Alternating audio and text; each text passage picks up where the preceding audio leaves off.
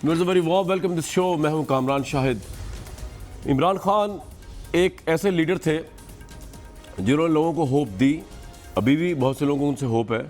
उन्होंने कहा कि इस मुल्क के मसाइल जो है माशी लिहाज जब अपोजिशन में थे बहुत ख़राब है, और इस ख़राबी की वजह यह है कि जो भी लीडर आता है with reference to Nawaz Sharif साहब एंड जरदारी साहब, जो भी लीडर आता है वो कोई स्ट्रेटजी नहीं बनाता कि हमने किस तरह अपनी इकॉनमी को इंडिपेंडेंट करना है इंटरनेशनल इदारों से, गैर मुल्की कर्ज़ों से, कशकोलों से, भीख से।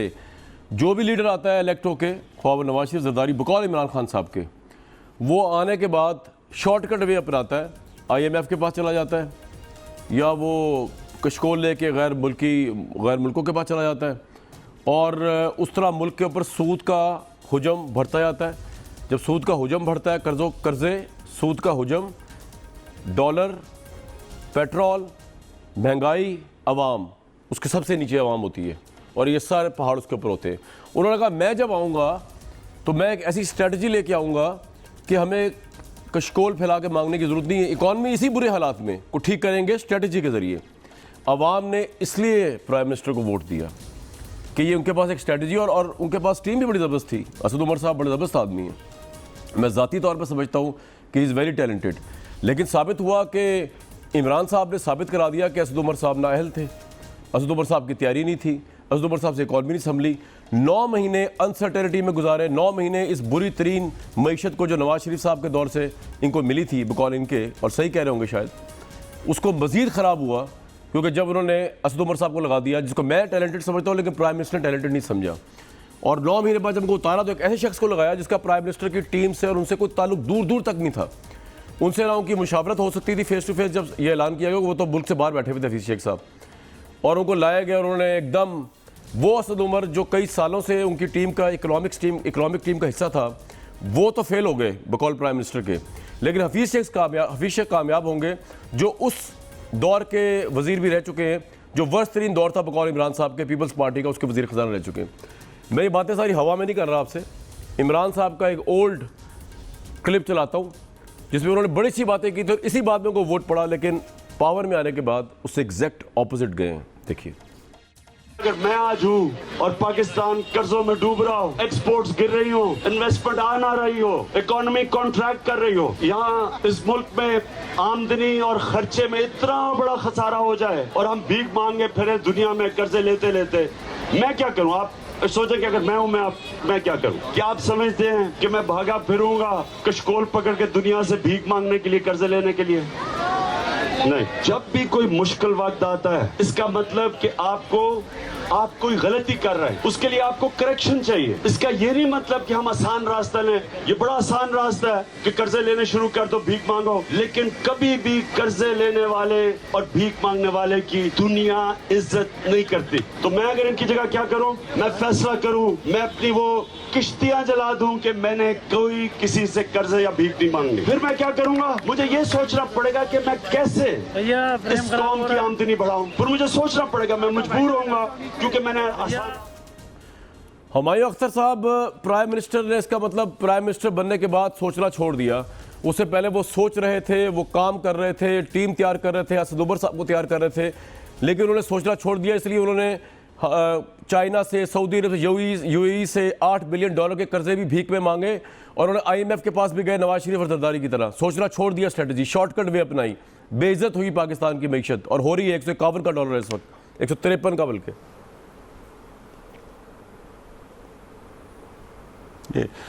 कामरान देखें, IMF के डॉक्यूमेंट अगर आप देखें, आपके नज़र से गुजरा होगा, तो उसमें लिखा हुआ है कि ये जो हालत इस वक्त पाकिस्तान की है, 30 ट्रिलियन रुपए कर्जा, $19 बिलियन करंट अकाउंट डेफिसिट, जो कि अब रिड्यूस होकर 12 हो गया है हमारे दौर में, और इंतहाई ओवर वैल्यूड डॉलर रुपए जो हमने रखा, तो जब साल ये होता है तो तब IMF आती है और IMF उन हालात को फिर ठीक करती है, जो फिस्कल डेफिसिट्स हैं, जो करंट अकाउंट डेफिसिट्स हैं, जो हमारे खर्चे आउट ऑफ कंट्रोल हैं, जैसे सर्कुलर डेट हो गया या पब्लिक सेक्टर एंटरप्राइजेस, उनको फिर आपको बताती है क्या करें जी। और सिर्फ हम वही ज़बान समझते हैं। इसलिए हमारा मसला ये है कि हम डंडे वाली ज़बान ही समझते हैं। ओके, अब हमें कुछ अरसा चाहिए, 2 से 3 साल, ये जो इकॉनमी बिगड़ी हुई है इसको स्टेबल करने के लिए। और उस स्टेबलाइजेशन के बाद इमरान खान अपना, हम आहिस्ता आहिस्ता, बल्कि अभी से शुरू करेंगे, अपना एक मॉडल बनाएंगे। उस मॉडल पे मेरी एक अपनी सोच है कि हमें ईस्ट एशियन मॉडल बनाना चाहिए, जिससे पूरा ईस्ट एशिया, जापान से लेकर चाइना तक अब ग्रो किया है। और ये बड़ा सिंपल सा एक, लेकिन हुमायूं साहब, आप जो IMF से 3 साल की आपने कमिटमेंट कर दी है 1000 अरब लेने की पाकिस्तानी कौम से बिजली और गैस के रेट बढ़ाने से, तो अच्छी बात है, ये मॉडल तो आपका इन प्लेस होगा। लेकिन आपने ये जो कमिटमेंट कर दी ये तो आप लोगों से लेंगे तो, और जब 3 साल ये ख़त्म होंगे 2022 में, तो आपकी गवर्नमेंट तो ख़त्म होने वाली होगी। 3 क्वार्टर आपकी गवर्नमेंट रह जाएगी, अगस्त 2023 में आपकी गवर्नमेंट ख़त्म हो जाएगी, तो वो 3 क्वार्टर में आप निकाल लेंगे अवाम को। जी जी जी जी, मैं आपसे गुजार, देखें मेरी बात सुने। आपने बिजली के रेट का कहा, पाकिस्तान कहता है जी कि बड़ा अच्छा काम किया नून की गवर्नमेंट ने, जनरेशन कैपेसिटी बढ़ा दी जितने भी मेगावाट, ठीक है जी। मैं समझता हूं कि अगर आपने जनरेशन कैपेसिटी महंगी बिजली की बढ़ा दी है तो आपने अपना प्रॉब्लम जो है वो ज़्यादा ख़राब कर दिया। और वही हुआ, 480 बिलियन रुपए देने के बावजूद, जो डार साहब ने पहले दिन आके दे दिए, ये फिर भी 1100-1200 बिलियन का सर्कुलर डेट छोड़ के जा रहे हैं, ठीक है जी। सो आपने बिजली का स्ट्रक्चरल कोई चेंज नहीं किया, तो वही आप महंगी बिजली पैदा कर रहे हैं जिसको कंज्यूमर खरीदने को तैयार नहीं है बगैर सब्सिडी के, तो चीज़ तो ख़राब होगी इसमें। और वो हमें तो फिर आके, जब IMF आया है और आपको बैलेंस डॉलरों की ज़रूरत है, तो वो तो आपको कहेगा कि भाई ये जो खर्चा आपने इस तरह बंद करना, पब्लिक सेक्टर एंटरप्राइज जो आप 1100 बिलियन रुपए एक ब्लैक होल में छोंक देते हैं, आपको वो फिर वो कहेगा कि भाई इसका कुछ ना कुछ आप करें, या बेचें, या ठीक करें, या कुछ ना कुछ करें। आपको टाइम चाहिए ना कामरान, आपको टाइम चाहिए। सर बिल्कुल आपके पास टाइम है, लेकिन मैं एक सवाल, हुमायूं भाई, मैं आपके पास एक सवाल छोड़ के जा रहा हूँ। ठीक है, टाइम तो आपके पास पूरा 5 साल है। मैं जा तो जुबैर साहब की तरफ रहा हूं, लेकिन आपके लिए सवाल छोड़े जा रहा हूं और ऑडियंस के लिए भी। IMF का जब पीपल्स पार्टी का प्लान था, IMF का जब उन्होंने लिया, तो डॉलर उस वक्त नवंबर 2008 में 81 रुपए का था, जबकि पहले 3 मंथ्स में IMF का प्लान लेने के बाद डॉलर बढ़ने के बजाय कम हुआ, 79.9 पे आया। ये सामने भी चल रहा है आपके। और जब IMF का प्लान सितंबर 2011 में पीपल्स पार्टी का खत्म हुआ, तो डॉलर सिर्फ 86 तक पहुंचा था। यानी कि IMF के प्लान से पहले 81 था और पूरे 3 साल के बाद वो सिर्फ 88 तक पहुंचा। नून लीग का जो प्लान था उसके अंदर लेकिन कामरान वो 62 से 85 भी पहले चला गया था ना IMF प्रोग्राम से पहले। आप ठीक कह रहे हैं, लेकिन मैं आप शौकत अजीज तो 62 पे छोड़ के गया सर। आप बिल्कुल ठीक कह रहे हैं कि उस दौर में, मुशर्रफ साहब के दौर में तो खैर बड़ी स्टेबिलिटी थी, फॉरेन डायरेक्ट इन्वेस्टमेंट भी अनप्रेसिडेंट आई, मैं उससे तो डिनाइल नहीं कर रहा। मैं सिर्फ आपको डाटा दे रहा हूं IMF आने के बाद क्या असरात हुए डॉलर के, और अब PTI की गवर्नमेंट में क्या हुआ है। नून लीग की गवर्नमेंट ने 105 पे लिया IMF का प्लान, पहले 3 महीने 105 ही रहा डॉलर, जबकि जब ये प्लान खत्म हुआ सितंबर 2016 में, तो डॉलर नीचे आया 104 पे। तो आखिर ऐसी आग क्या लगी पाकिस्तान में मौजूदा ये इस गवर्नमेंट के दौर में कि अभी ऐलान हुआ है IMF का और डॉलर 140 से 154 पे चला गया? ये सवाल है सर, सिर्फ ये मैं आपसे आके पूछ लूंगा। इसका मैं बहुत मुख्तसर था जवाब दे दूं इसका, बहुत मुख्तसर।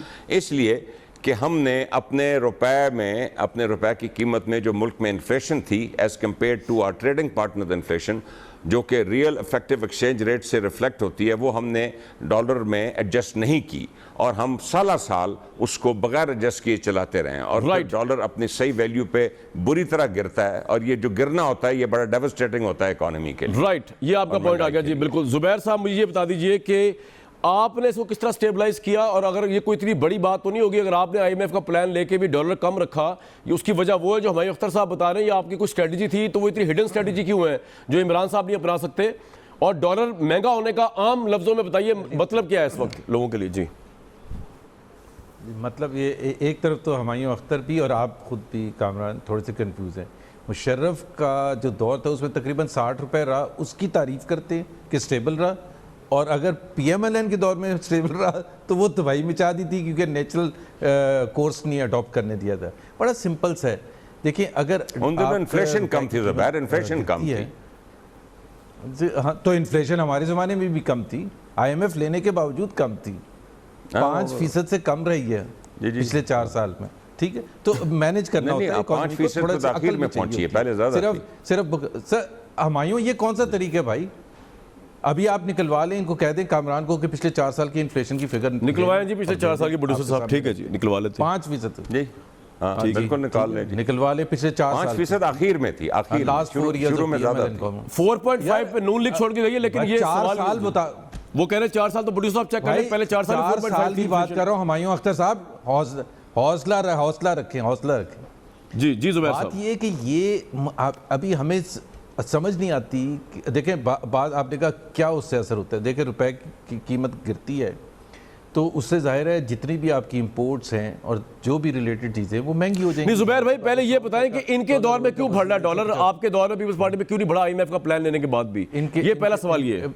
सबसे पहले तो यह पहला सवाल ये है कि ये 9 महीने जो इन्होंने गुजारे हैं, IMF नो IMF के साथ बातचीत चल रही थी, IMF की कंडीशनैलिटीज़ थी, उसको ये बहुत हद तक पूरा करते चले जा रहे थे। एंड में जाके तो उन्होंने कहा कि जी आप ऐसा करें कि आप साइड पर हो जाए, बल्कि बिल्कुल सिंपल अल्फाज में आप साइड पर। वाशिंगटन जो टीम गई थी फाइनल नेगोशिएट करने के लिए, उसमें फाइनेंस मिनिस्टर थे, फाइनेंस सेक्रेटरी थे, Asad Umar governor State Bank थे, FBI चेयरमैन थे। वो चारों को फारिग कर दिया वाशिंगटन से वापसी पर, और उनकी जगह टीम क्या ला के बिठाई। आप कह रहे हो ना क्यों हुआ? वो जाहिर है एक तरफ IMF, दूसरी तरफ भी IMF, तो पाकिस्तान का तो इंटरेस्ट उन्होंने पीछे धकेल के उन्होंने कहा इस कमरे से बाहर रखते हैं। पाकिस्तान का इंटरेस्ट, IMF और वर्ल्ड बैंक का क्या इंटरेस्ट है? और ये हम आपको भी पता है, ये कहते रहे, आपको finance minister, former finance minister का याद होगा, कंसिस्टेंटली उन्होंने कहा कि ये 140 पर इक्विलिब्रियम आ गया है, अब ये नेचुरल है, मार्केट फोर्सेस ने डिटरमिन कर लिया है, इससे ऊपर नहीं जाना चाहिए। क्यों चला गया 153 तक? तो आप ही के अच्छा, मुझे जो मसला है इनकी शुरुआत कब से होंगी? हम इनको कब से ब्लेम करना शुरू कर दिया? इन्होंने तो एक नया कह रहे कि एक नया टेस्ट मैच शुरू है, एक नया टेस्ट मैच शुरू हुआ है, पिछले वाले को भूल जाए, पहले 8 महीने को। भाई क्यों भूल जाए? वो सीरीज का हिस्सा था, आपकी तैयारी पहले दिन से होनी चाहिए थी। आप ये बताएं कि आपने शब्बर जैदी को पहले दिन क्यों नहीं लगाया था? अगर शब्बर जैदी आपने मार्केट से लेके आना था तो आपने क्यों ब्यूरोक्रेट को लगा के रखा था, जबकि आपके पास पहले एक बड़ा जबरदस्त एक्सपीरियंस था कि आप ये असद उमर अगर प्राइम मिनिस्टर के नजदीक ठीक नहीं थे तो उनको पहले दिन नहीं लगाना चाहिए था। असद उमर को तो बहुत अरसे से जानते हैं प्राइम मिनिस्टर, उनकी इकोनॉमिक विजन को। दूसरी बात ये है कि मैं एक और वजाहत कर दूं। आज जिस तरह ये कहते हैं ना कि आहिस्ता, क्या आहिस्ता? एक्सपेंसेस कंट्रोल करना के लिए आपको क्या आहिस्ता आहिस्ता चाहिए? आपकी जिम्मेदारी है फिस्कल डेफिसिट को कंट्रोल करना।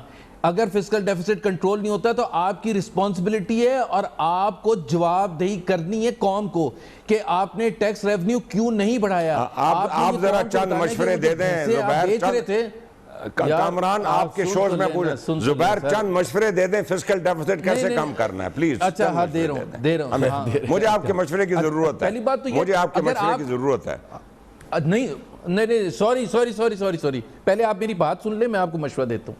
पहली बात तो ये कि कामरान जी एक्सपेंसेस जो होते हैं हुकूमत के कंट्रोल में वो रिकॉर्ड हाई हैं पाकिस्तान की तारीख में। पाकिस्तान भैंसे बेचने के बावजूद, कारें फ्रॉड में बेचने के बावजूद रिकॉर्ड हाई हैं। अगर मेरी गलत स्टेटमेंट है तो ये डिनाई करते। अब ये कह रहे हैं क्या करना चाहिए, तो भाई करना ये चाहिए कि आप रिजाइन करें और बाहर निकले, कौम से माफी मांगे कि हमारे से नहीं चलता। अब हम 9 महीने के बाद मशवरे मांग रहे कि हम किस तरह से कंट्रोल करें। कर देते हैं, आप अपना सॉल्यूशन बता दें। शर्मिंदगी होनी चाहिए, बता दें आपको शर्मिंदगी। कम से कम मैं रिजाइन कर दूंगा। आप मुझे बताएं कि आपने जिस दिन भैंसे बेच रहे थे ना, Humayun Akhtar, person like you should have had guts to say कि ये क्या फ्रॉड मचाया हुआ है। इससे कभी एक्सपेंसेस कंट्रोल होते हैं?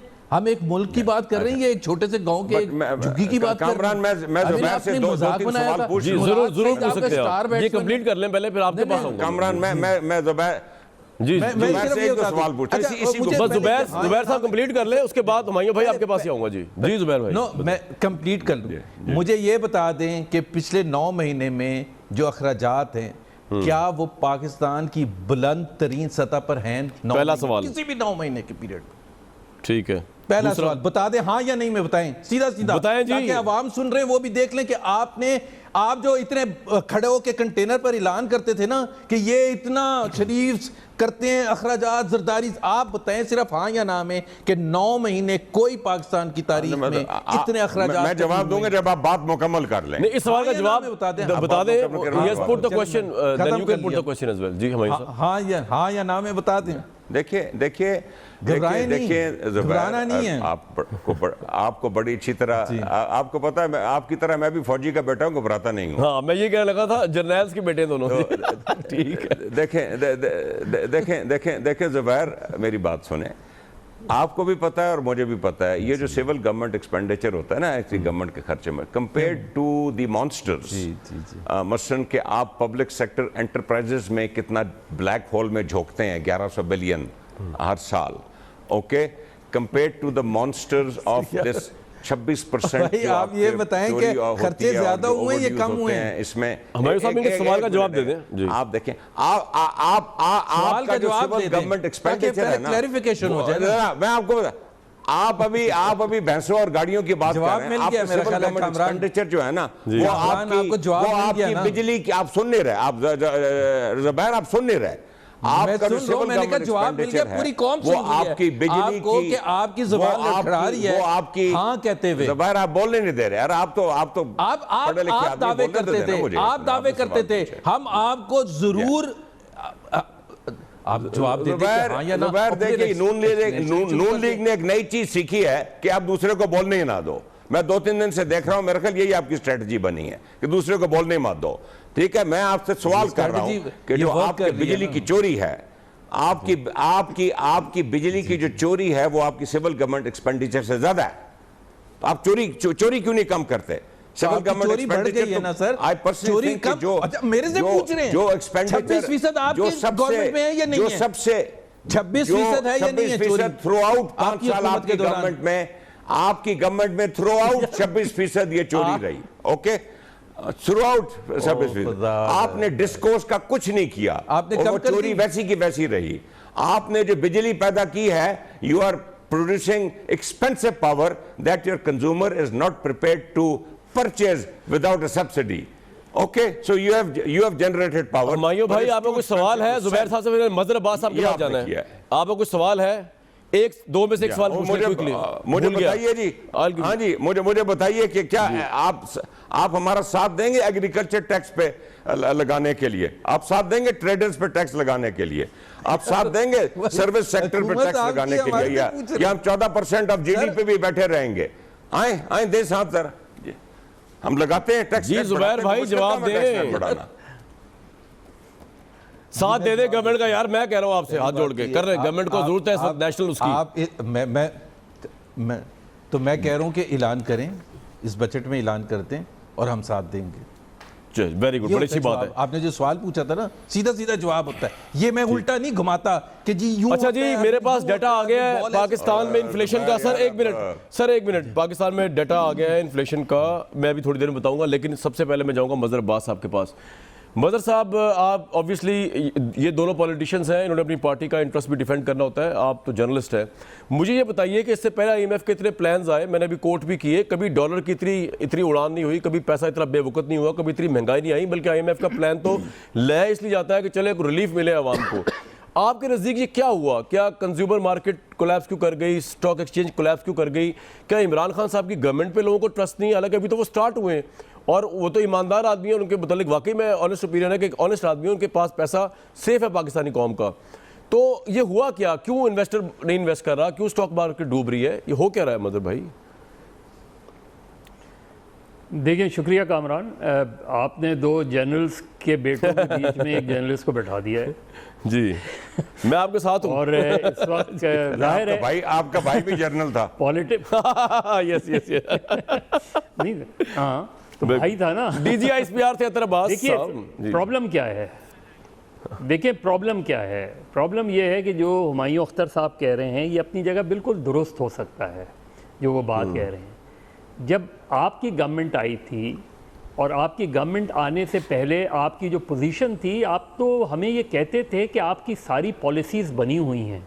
बिल्कुल, आपके ये इकोनॉमी का अलग थिंक टैंक है, फलां का अलग थिंक टैंक है, सब ने एक पॉलिसीज़ बनाई हुई हैं, सब ने बड़ा होमवर्क किया हुआ है। मुझे इन 8 महीनों में वो होमवर्क कहीं नज़र नहीं आता। मुझे इस 8-9 महीने में एक कन्फ्यूजन नज़र आता है, और इसी वजह से तब्दीली चेंजेस आप मुसलसल कर रहे हैं। इस तरह की चेंजेस हो रही हैं, जैसे वर्ल्ड कप में अब वहाब रियाज को, जो टीम का हिस्सा ही नहीं था, उसको अब फौरी तौर पे बुला लिया गया है। तो ये जो इसकी वजह से मार्केट में अनसर्टेनिटी आई कि आपकी कोई पॉलिसी डायरेक्शन नहीं नज़र आ रही थी। स्टेटमेंट्स बड़े क्लियर थे कि जी हम करप्शन ख़त्म करेंगे, हम इकोनॉमी मनी लॉन्ड्रिंग रोकेंगे, लेकिन वो जो पॉलिसीज़ थी, मनी लॉन्ड्रिंग, वो जो पॉलिसीज़ थी, उसके बजाय आप चले कहाँ गए? वही ऑपोजिशन मूड जिसमें 2018 के इलेक्शन में जो ऑपोजिशन मूड था वो ख़त्म होने का नाम नहीं ले रहा।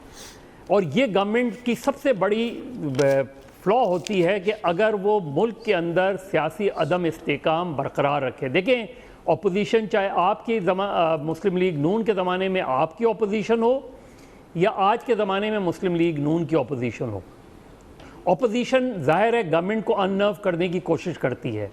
गवर्नमेंट जो होती है वो इंगेज करती है, गवर्नमेंट चीज़ों को डिफ्यूज़ करती है, टेंशन डिफ्यूज़ करती है ताकि इकोनॉमिक स्टेबिलिटी हो। अभी आप ये बात कह रहे हैं कि ज़ुबैर साहब आप मशवरे दें, आपकी गवर्नमेंट ने इनवाइट किया, आप ऑपोजिशन को इनवाइट करें। आप इसी इकोनॉमी के लेकिन मजहर साहब एक बात समझ नहीं आई कि असद उमर साहब को जो हटाया गया उसकी कोई ऑफिशियल एक्सप्लेनेशन भी नहीं आई कि क्या वो इस सीट के अहल नहीं थे, और वो तो वो बंदे जो पहले दिन से इमरान खान के साथ है, उनकी इकोनॉमिक विजन को लेकर चल रहे हैं। ये तो बहुत बड़ा फैसला है ना, जिसको बताया भी नहीं, एक्सप्लेन नहीं किया गया। जी, कामरान उसकी एक्सप्लेनेशन तो बड़े क्रूड अंदाज में इमरान खान ने खुद जलसे में दी, और जो मुझे अफसोस हुआ वो क्या कि उन्होंने कहा जी जो काम नहीं करेगा वो अच्छा उस तरह, ठीक। इसके क्या माने हुए? हाँ, वो अगर आप उस तरह कह रहे हैं इसके तो क्या माने हुए कि जब आप इस तरह कहेंगे और फिर आप कहेंगे वो मेरा आज भी राइट हैंड मैन है, जिसको आप पब्लिकली रिडिक्यूल कर रहे हैं। आप बताएं कि जो हेल्थ मिनिस्टर आपने निकाला है उसके कोई रीजंस हैं, और अगर रीजंस हैं तो उसका आउटकम क्या है? आज भी तो ये जो कंफ्यूजन है, इससे इकोनॉमिक स्टेबिलिटी, इससे इन्वेस्टर अट्रैक्ट नहीं होता, ठीक, इससे इकोनॉमिक स्टेबिलिटी नहीं आती कभी भी। गवर्नमेंट को इकोनॉमिक स्टेबिलिटी लाने के मजहर भाई आपका पॉइंट आ गया, मुझे एक ब्रेक लेनी है। ब्रेक लेने के बाद मैं बताऊंगा आपको कि इनके दौर में इन्फ्लेशन कितनी थी, इन पे ही बात की जाएगी। लेकिन सवाल यही है कि सवाल ये नहीं उठ रहा पीटीआई की गवर्नमेंट पे कि उन्होंने करप्शन की और हालात को यहाँ तक बचाया। सवाल ये है कि करप्शन अगर पिछली गवर्नमेंट से भी की, अगर इनका बयानिया सही भी मान लिया जाए, ये हुकूमत में आकर इकोनॉमिक्स को और इकॉनमी को मैनेज कर पा रहे हैं या नहीं, या दे आर इनकम्पिटेंट। ब्रेक लेंगे।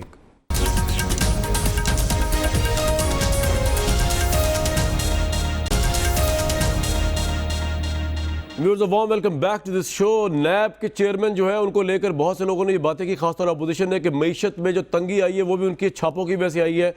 लेकिन जो उनका इंटरव्यू आया जावेद चौधरी साहब के साथ, उसने उनको बहुत हद तक बहुत से लोगों के नज़दीक बादियो नज़र में कंट्रोवर्शियल बना दिया है। एक्स प्राइम मिनिस्टर और मुस्लिम लीग नून के main stream leader Shahid Khaqan Abbasi ने आज बहुत कुछ कहा नैब के चेयरमैन के ऊपर, और लग रहा है नेक्स्ट मुकाबला हुकूमत और अपोजिशन का इनके ऊपर ही होगा कि इनको निकलवा के दम लेने के चक्करों में। सुनते क्या कहा। मुल्क के अंदर जो नैब है इसका सिर्फ एक मकसद था और आज भी वही मकसद है, सियासतदान को बदनाम करना, सियासतदान पर बेबुनियाद इल्ज़ाम लगाना, उसकी हद तक करना और सियासी निज़ाम को तबाही की तरफ ले जाना। कि चेयरमैन साहब से ये बयान मंसूब किया गया कि उन्होंने कहा कि हुकूमत पर भी बहुत से केस हैं लेकिन मैं उनको फॉलो नहीं करता, ये ना हो कि हुकूमत गिर जाए तो मुल्क का नुकसान हो जाएगा। तो ये बेड़ा भी नैब के ज़िम्मे है, हुकूमत चलाना भी नैब के ज़िम्मे है। नैब इम्पार्शल नहीं है। नैब जो है इसने मुल्क में ब्यूरोक्रेसी को मफलूज कर दिया गया। चेयरमैन साहब मुल्क के ठेकेदार हैं, मैं माजरत से कहूंगा मैं उससे कम ठेकेदार नहीं। सैकड़ों अफसरों को बुलाकर कहा गया कि हमें कोई बात बताओ, इस आदमी को पकड़ना है। ये एहतसाब होता है? नून लीग से शुरू करें, कोई बात नहीं है, लेकिन कह दें कि पहले हम नून लीग का एहतसाब करेंगे, बाकी को बाद में देखेंगे। तो अगर आपने नैब को कोर्शन के लिए इस्तेमाल करना है, दबाने के लिए इस्तेमाल करना है, तो ना इससे पहले नैब कामयाब हुई है ना इस दफा होगी। नैब का इदारा, इनके चेयरमैन मुतनाज़ा हो चुके हैं, ये अवामी नुमाइंदों को मुतनाज़ा बनाने की कोशिश में रहते हैं। या आप नैब चलाएंगे या मुल्क चलाएंगे, फैसला कर लें। क्या उनको ये हक हासिल है कि वो प्रेस में आकर इस मुल्क के सियासतदानों की बेइज्जती करें? हमारे अख्तर खान साहब, आपको लगता नहीं कि नैब के चेयरमैन जो है वो कंट्रोवर्शियल हो गए और अपोजिशन के मुतालबे पर उनको रिजाइन कर देना चाहिए? आई थिंक पीपल पार्टी और PMLN सोच ले, उन्हीं के अपॉइंटेड हैं ये मौजूदा। लेकिन आपका क्या मौक़िफ़ है उस इंटरव्यू के बाद जो उन्होंने जो बातें बताई हैं उसके अंदर? देखिए, इंटरव्यू तो उन्होंने तरदीद किया है सर, तरदीद नहीं की, उस पे अपना मौक़िफ़ नहीं दे सकता। हमारे साथ तरदीद नहीं की, नैब ने इलामिया दिया है, चेयरमैन नैब ने तरदीद नहीं की।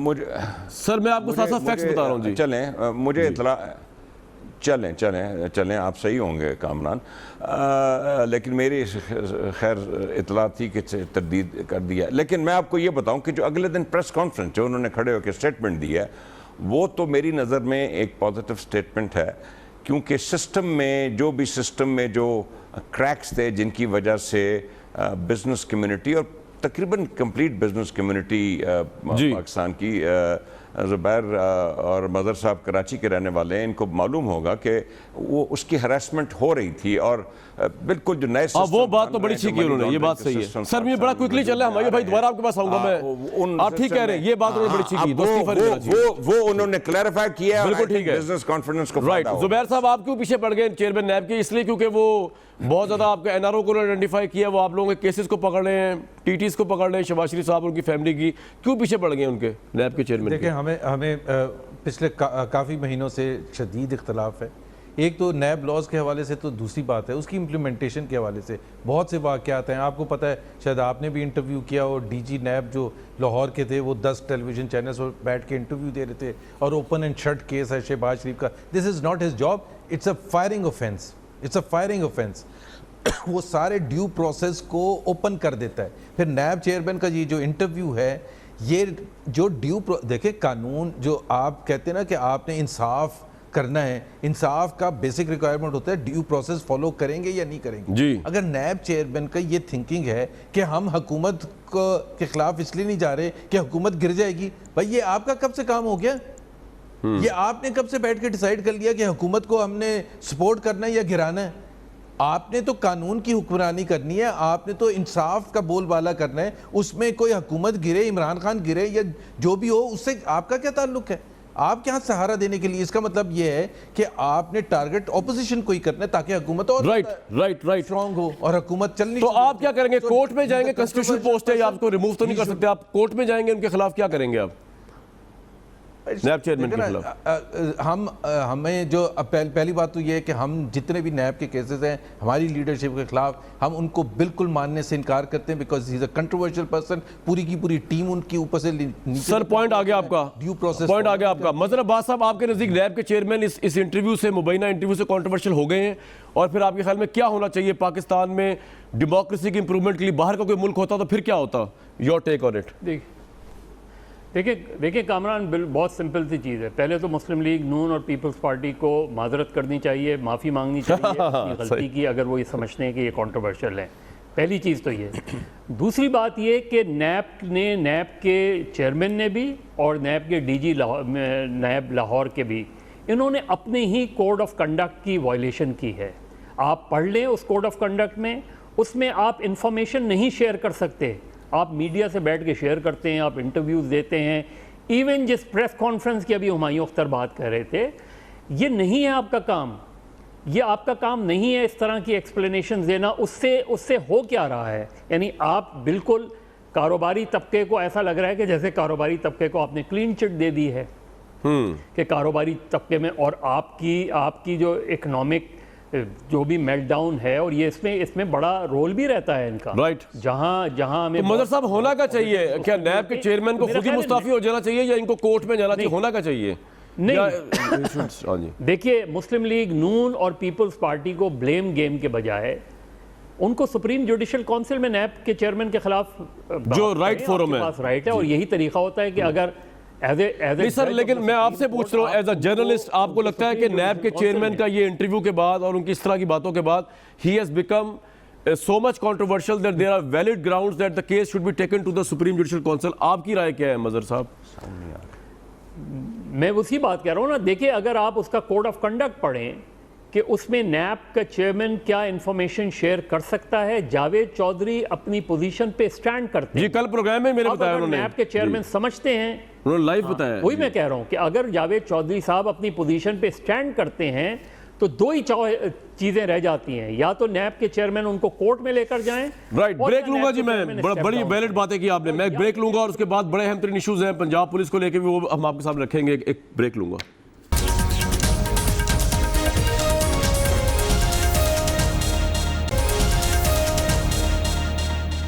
व्यूअर्स, पुलिस को लेकर हम हमेशा क्रिटिसाइज करते हैं, उन्हें कंडेम करते हैं, उनके ओवरऑल बिहेवियर को लेकर, उनके एटीट्यूड को लेकर। लेकिन पिछले दिनों हमें कुछ आम पुलिस एहलकार भी मिले, उन्होंने कहा कि कुर्बानी और शहादतें भी हम देते हैं, लेकिन पाकिस्तानी मीडिया उसको उस तरह उजागर नहीं करता। तो हमने इससे पहले भी एसपी साहब को बुलाया था अपने शो में, डीजी ऑपरेशंस को भी बुलाया था। हम चाहते हैं कि आवाम तक ऑब्वियसली उनका पॉइंट ऑफ व्यू पहुंचना चाहिए। हमारे सवाल भी जो हमसे कुछ करेंगे। मेरे साथ आज के इस हिस्से में प्रोग्राम के IG पंजाब भी होंगे, कैप्टन रिटायर आरिफ नवाज खान साहब, और RPO मुल्तान होंगे वसीम अहमद खान साहब। मुल्तान के बारे में व्यूअर्स आपको बताऊं कि हमें ये इतलात मिली, पता चला, देखा हमने कि काफ़ी बेहतरी आई है पुलिस की तरफ से। बस कम्युनिटी पुलिसिंग का आगाज़ हुआ है, जहाँ पे मस्जिद को एज कम्युनिटी सेंटर्स के तौर पे लिया जा रहा है। पहली दफ़ा SHO की CCTV के ज़रिए फिक्स आवर्स में मॉनिटरिंग की जा रही है। जो लॉकअप्स हैं, जहाँ पर कैदी बंद होते हैं, उनके साथ उनकी हक़तलफ़ी ना हो या नाजायज़ तशद्दुद ना हो, उसको रोकने के लिए वहाँ पर CCTV लगा दी गए और पुलिस मोबाइल खिदमत मरकज़ बनाया गया। मैं ज़रा डिटेल से पूछ लेता हूँ। हमारे साथ मौजूद है वसीम अहमद खान साहब, RPO मुल्तान। वसीम साहब, बहुत शुक्रिया आपके वक्त का। ये कम्युनिटी पुलिसिंग, मस्जिद कम्युनिटी सेंटर, ये क्या है और इससे क्या असरात पड़ रहे हैं आम आदमी में, आपके पुलिस डिपार्टमेंट और आवाम के कॉन्फिडेंस को लेकर, जो कि काफ़ी हद तक वहाँ पर नहीं स्टैंड करता जहाँ होना चाहिए? बहुत बहुत शुक्रिया शाह साहब। ये जो कम्युनिटी सेंटर, जो जैसे कि हमारा रिलीजन भी कहता है, इस्लाम के मेन मॉस्क प्लेस जो थी कि कम्युनिटी सेंटर मॉस्क इस्तेमाल किया जाता था हर किस्म की चीज़ के लिए। हमारे पास जितना अल्हम्दुलिल्लाह जब से हमने ये स्टार्ट किया कि मॉस्क कम्युनिटी हर जुम्मे के रोज सारे बाशमूल मेरे सारे SP, सारे SHO, सारे डिफरेंट मसाजिद में जाते हैं और कुछ सर्टेन कम्युनिटी रिलेटेड चीज़ें हैं जो कि हम उन्हें बताते हैं, लाइक ह्यूमन राइट्स और इनके बारे में, जिसमें कम्युनिटी रोल का प्रिवेंशन में क्या हो सकता है। ये बड़ा अच्छा है। क्या मुल्तान के अंदर FIR कटना आसान है, मेरिट पे कटती है? क्योंकि सबसे बड़ा शिकवा ये अवाम का कि FIR ही नहीं कटती, या पैसे लिए जाते हैं, या दूसरी पार्टी जिसके खिलाफ होती है वो पैसे देके रुकवा देती है। अल्हम्दुलिल्लाह मैं ये वॉच करता हूँ आपके चैनल के थ्रू और पूरे जो पाकिस्तान के मीडिया होता है कि मुल्तान रीजन में किसी ने अगर 15 पे कॉल किया है, अल्हम्दुलिल्लाह 0% ऑल केसेस आर रजिस्टर्ड। और अगर कोई 15 पे कॉल करे और थाने भी ना जाए, और ये भी हम कमिटमेंट देते हैं कि पुलिस जाती है उनकी दरखास्त लेके और FIR रजिस्टर करती है। ये मुल्तान में हो रहा है। मुझे थोड़ा बताइएगा, ये पुलिस मोबाइल खिदमत मरकज़ क्या है? ये कोई ऐप है? ये क्या है जो मुल्तान में आप लोगों ने इंट्रोड्यूस कराया? कोई नई चीज़ है ये मोबाइल सेंटर जो पहला स्टार्ट हुआ था खिदमत सेंटर, इसमें 14 सर्विसेज हैं, जिसमें के लोगों के घर पे, this is basically based on service delivery at door step, जिसमें लोगों का ड्राइविंग लाइसेंस रिन्यू होता है, जिसमें पुलिस रिपोर्ट करानी उसके होम डोर स्टेप पे हो जाती है, जिसको और इस तरह के जिस तरह कोई और जो सर्विसेज किसी किस्म की भी ये पुलिस रिलेटेड है, रिफ्लेक्टिव सर्टिफिकेट लोगों को चक्कर ना लगाने पड़े जहाँ भी। ये बड़ा अच्छा है जी, ये बड़ा अच्छा है। बहुत शुक्रिया वसीम अहमद खान साहब, बहुत शुक्रिया। मुल्तान में ये सब कुछ हो रहा है, बड़ा अच्छी बात है, पाकिस्तान पूरे पंजाब में होना चाहिए। मेरे साथ IG Punjab captain retire Arif Nawaz Khan साहब मौजूद हैं। आरिफ साहब, आपकी बड़ी ज़बरदस्त रेपुटेशन है as a honest upright officer, और मुझे लगता है कि पंजाब में ठीक है 3 चेंजेस हुई IG के, लेकिन उसके बाद आप आए हैं। इससे पहले आपने शहबाज शरीफ साहब की गवर्नमेंट में सर्व किया, तो पंजाब के हालात बेहतर होंगे। ये जो मुल्तान में हुआ है, इसको आप एक्सटेंड क्यों नहीं कर रहे पूरे पंजाब में? तो बड़ा अच्छा हो रहा है जो मुल्तान में, जैसे RPO साहब बता रहे हैं और हम देख भी रहे हैं। बहुत शुक्रिया कामरान शाह साहब। बुनियादी तौर पे ये 2017 में जब मैं IG पंजाब था तो उस वक्त हमने एनालिसिस किए थे, और जिसमें ये बात सामने आई थी कि हमारे जो आम पब्लिक है उनके बहुत सारे ऐसे पैटी इश्यूज जो बहुत ही थोड़ी देर में हल हो सकते हैं, वो बहुत ज़्यादा, एक तो उनको दिक्कत होती थी, बार बार थाना विज़िट करना पड़ता था, और दूसरा टाइम बहुत उस पर सर्फ होता था। पुलिस का जो एक हमारी अपना हार्ड कोर पुलिसिंग है, उसको छोड़ के हमें ऑलमोस्ट 50% जो वक्त है हमारा सर्फ हो रहा था जो सिविल मैटर्स या जो हमारे जो पैटी इश्यूज हैं, जिसमें लोगों के कैरेक्टर सर्टिफिकेट हैं, इसके अलावा लर्नर लाइसेंस बनवाना है, एम्प्लॉय वेरिफिकेशन है, FIR की कॉपी नहीं मिलती, गुमशुदगी की रिपोर्ट दर्ज करवानी है, उस पर बहुत सारा लोगों का वक्त सर्फ होता था। तो हमने एनालिसिस किए और जो एविडेंस बेस्ड जो डिसीजन मेकिंग में जो तो ये आपने मुल्तान में रोल मॉडल अप्लाई किया? हमने ये इसको स्टार्ट किया था as a pilot project Multan में 2017 में, और फिर ये हमने 1 सितंबर 2017 में पूरे सूबे में लॉन्च किया। कुछ इसमें इनिशियल प्रॉब्लम्स आए, लेकिन ये पूरा जो फुली ऑपरेशन नहीं, मैं बड़ा अप्रिशिएट करता हूँ ये मुल्तान में जो आपकी ड्राइव है आईजी साहब, बड़ा ज़बरदस्त है और जो ज़बरदस्त बात को अप्रिशिएट करना चाहिए। अब कुछ सवालात भी हैं आपसे। देखें, पुलिस को लेके ख्वाह सिंध की हो, केपी की हो, पंजाब की हो, परसेप्शन यही है कि सियासी मुदाखलत होती है। आप जानते हैं इससे पहले एक आईजी साहब जो थे उनको, कलीम इमाम साहब, उनको सुप्रीम कोर्ट के हुक्म से फारिग किया गया क्योंकि वजारत आला की तरफ से मुदाखलत आई। आप अब जब से आईजी बने हैं, क्या सियासी मुदाखलत है वज़ीर आला ऑफिस से या यहाँ पे जो एलीट है, पॉलिटिकल एलीट, या नहीं है?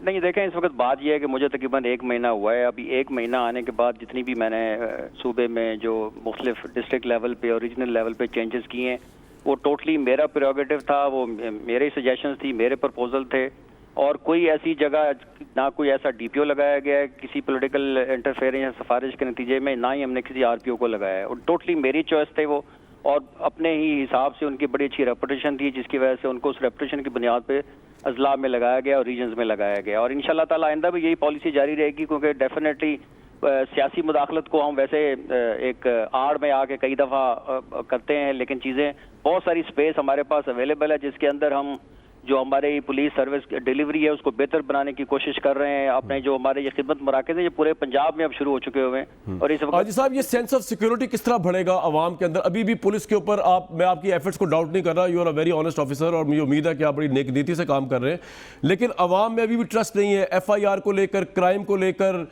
डाके, वो लोग कहते हैं जी, मैं पर्टिकुलरली सिर्फ पंजाबी की बात नहीं कर रहा, तो ओवरऑल पाकिस्तान में इमेज है कि जहाँ डाका पड़ना होता है वहाँ पुलिस को पता होता है, उनको पैसे दे दिए जाते हैं। ये परसेप्शन कब चेंज होगा?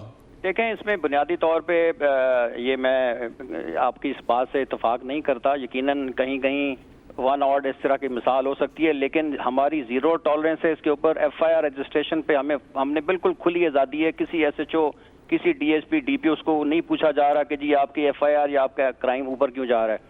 हम ये ज़रूर पूछते हैं कि जहाँ एक वारदात हो गई, क्राइम हुआ है, तो उसका जो डिटेक्शन है वो हमारी जिम्मेदारी है। वो ज़रूर हम उसको पूछते हैं कि जितने अगर आपकी वारदातें हुई हैं या क्राइम हुआ है तो आपने उसके डिटेक्शन में कितने एफर्ट्स किए हैं। और कतन इसके ऊपर कोई किसी किस्म का, मैं समझता हूँ पब्लिक बहुत ज़्यादा, हमारा जो रिड्रेसल मैकेनिज्म है वो इतना अच्छा, जो कि ऑनलाइन है सिस्टम 8787। मेरे अपने IG ऑफिस में एक रिड्रेसल का है हमारा, उस पर बहुत ज़्यादा लोग डायरेक्टली कंप्लेंट्स कर रहे हैं, और जिसकी भी FIR दर्ज नहीं होती या कोई किसी किस्म की भी, तो वो यहाँ कॉल कर सकता है, वो कॉल करता है। अच्छा सर, एक बात बताइए जी जी जी, कंप्लीट कर लें जी प्लीज जी। और उसका इतना अच्छा फीडबैक है, और सिर्फ ये नहीं है कि हम सिंपली अपने ऑफिसर्स की जो हमें रिपोर्ट्स आ रही हैं उस पर हम बिलीव कर लेते हैं, हम फिर उसी कंप्लेनेंट से राब्ता करके, ये बड़ी अच्छी बात है। अच्छा आजी साहब, एक बहुत बड़ा तबका है पाकिस्तान में जो खवातीन का है, जो कुछ जेनुअली भी सफ़र होते हैं, वो अपने हस्बैंड्स के हाथों हो, अपने पेरेंट्स के हाथों हो, और उनके लिए वुमेन प्रोटेक्शन बिल भी लाया गया, लेकिन अभी भी खवातीन में पुलिस की तरफ से या हुकूमत की तरफ से भी इवन वो सेंस ऑफ सिक्योरिटी नहीं है। आप बताना पसंद करेंगे कि एक औरत जो है, उनको अगर उसके हस्बैंड हरास कर रहे हो या उसके हस्बैंड तंग कर रहे हो, अब हमारा सोशल यूनिट भी ऐसा है कि उसके अंदर कंप्लेंट करना हस्बैंड के खिलाफ बड़ा बुरा समझा जाता है, लेकिन वुमेन प्रोटेक्शन बिल आने के बाद या आपके IG बनने के बाद वुमेन के तहफ़्फ़ुज़ के लिए क्या आपने कोई इनिशिएटिव लिया है, और किस तरह एड्रेस किया जाए अगर उनको उनके अपने हस्बैंड हरास कर रहे हो, अपने फैमिली मेंबर हरास कर रहे हो? देखें, इसके अंदर बुनियादी तौर पे अवेयरनेस बहुत ज़रूरी है। जैसे आपने बड़ा अच्छा हाईलाइट किया है इस इशू को। हमारे अपने सेंट्रल पुलिस ऑफिस में हमने एक खातून हमारी SSP रैंक की हैं, जिनको हमने AIG लगाया हुआ है, जो प्योरली ये इस तरह के मामला को हैंडल करती हैं। तो मुल्तान के अंदर हमारा बड़ा स्टेट ऑफ द आर्ट एक यूनिट है, जिसके अंदर अंडर वन रूफ खवातीन डायरेक्टली आके अपनी कंप्लेंट दर्ज करवा सकती हैं। वहीं पे डॉक्टर्स भी बैठे हुए हैं, साइकोलॉजिस्ट भी बैठे हुए हैं, तमाम फैसिलिटीज़ अवेलेबल हैं। और यही जो है हम इसको आगे भी बढ़ा रहे हैं। हर डिस्ट्रिक्ट के अंदर खवातीन के इश्यूज को रिजॉल्व करने के लिए डेडिकेटेड ऑफिसर्स जो हमारी स्पेशली जो नहीं सर, वो ऑफिसर जो है वो कोई कंप्लेंट नंबर है आपका, अगर कोई खातून को प्रॉब्लम हो, जिस तरह आपने अभी 18787 बताया FIR की प्रॉब्लम में, तो कोई डेडिकेटेड नंबर भी है जिसपे आप खवातीन को 8787, चूंकि वो खातून जो हमारी AIG हैं वो भी CPO के अंदर ही बैठती हैं, और 8787 ही हमारा एक डेडिकेटेड नंबर है, जो यूनिवर्सल नंबर आप समझ सकते हैं, जो थ्रू आउट काम करता है, और जो भी इस किस्म की कंप्लेंट होती है उसको बड़ा प्रायोरिटी पे हल किया जाता है। अच्छा, और दूसरा ये कि क्या आपको लगता है कि आपकी जो लेडी ऑफिसर्स हैं वो फिर ऐसी खवातीन के साथ कांटेक्ट भी करती हैं उनको प्रोटेक्शन देने के लिए? उनको बिल्कुल। अभी तो वी आर लकी कि हमारे पुलिस सर्विस ऑफ पाकिस्तान में भी जो लेडी हमारी ASP उनकी तादाद रोज रोज बढ़ती जा रही है। अब हर बैच में तकरीबन 5-6 के करीब लेडी पुलिस ऑफिसर्स आ रही हैं, और यकीनन वो सेंसिटाइज्ड हैं, वो उन प्रॉब्लम्स को बहुत अच्छे तरीके से समझती हैं। और मुझे यकीन है कि इंशाल्लाह ताला ये जो आपने इशू रेज किया, ये एक बड़ा ही जेन्युइन इशू है, और इसको वाकई अवेयरनेस ना होने की वजह से खवातीन को थोड़ा झिझक भी है पुलिस स्टेशन में जाने में। तो इसलिए हमने डेडिकेटेड ये यूनिट बनाया है जो प्योरली खवातीन हैंडल कर रही हैं और उसके अंदर मेल का कोई रोल नहीं है। और वो क्योंकि आपको पता है ना कि वेस्ट में तो अगर कोई खातून जो है वो अपने किसी फैमिली मेंबर के मुतालिक ये बात कह दे तो पुलिस, वहाँ लेडी पुलिस खुद पहुंच जाती है उनके घर और उतरे एरिया कॉर्डर ऑफ कर देते हैं। उनका हस्बैंड उनको फैमिली मेंबर हरास करने के लिए जा ही नहीं सकता वहाँ पे। ये बड़े अच्छे रूल्स भी हैं कुछ जी वेस्ट बिल्कुल, में। वो तो खैर उन एडवांस सोसाइटीज़ में वो है, शायद हम उस लेवल पे तो अभी नहीं पहुंचे, लेकिन यकीनन मुझे जिस डायरेक्शन में मूव कर रहे हैं आहिस्ता आहिस्ता मुझे यकीन है कि ये जो सोशल इश्यूज बिल्कुल जिनकी निशानदेही आपने की है, इंशाल्लाह ताला हमारी एफर्ट्स चल रही हैं। और सर, रावलपिंडी में जो इज्तिमाई ज्यादती का केस हुआ उसमें आपकी तरफ से कोई सख्त एक्शन लिया जाएगा या क्योंकि वो पुलिस वाले हैं तो उनके साथ हाथ हल्का रखा जाएगा? ये क्विकली कामरान शाहिद साहब, ये बहुत ही अनफॉर्चुनेट इंसिडेंट हुआ है और हमने उसकी ना सिर्फ मजम्मत की है, उसमें लीगल एक्शन भी ले रहे हैं, उनका डिपार्टमेंटल एक्शन भी लेंगे। यकीनन इस किस्म के जो लोग हैं वो हमारी फोर्स का हिस्सा नहीं रह सकते। बहुत शुक्रिया, जबरदस्त आईजी साहब, आपकी मुझे बड़ी होप मिली आपकी गुफ्तगू सुनकर। मैं उम्मीद है पंजाब में जो है वो अवाम में कॉन्फिडेंस मजीद बहाल होगा। व्यूअर्स, हमारा आज प्रोग्राम था take great care of yourself. Hi, it's Sayyeda Shanaz here. Thank you for watching Dunia News. For more videos and updates, don't forget to click the subscribe button.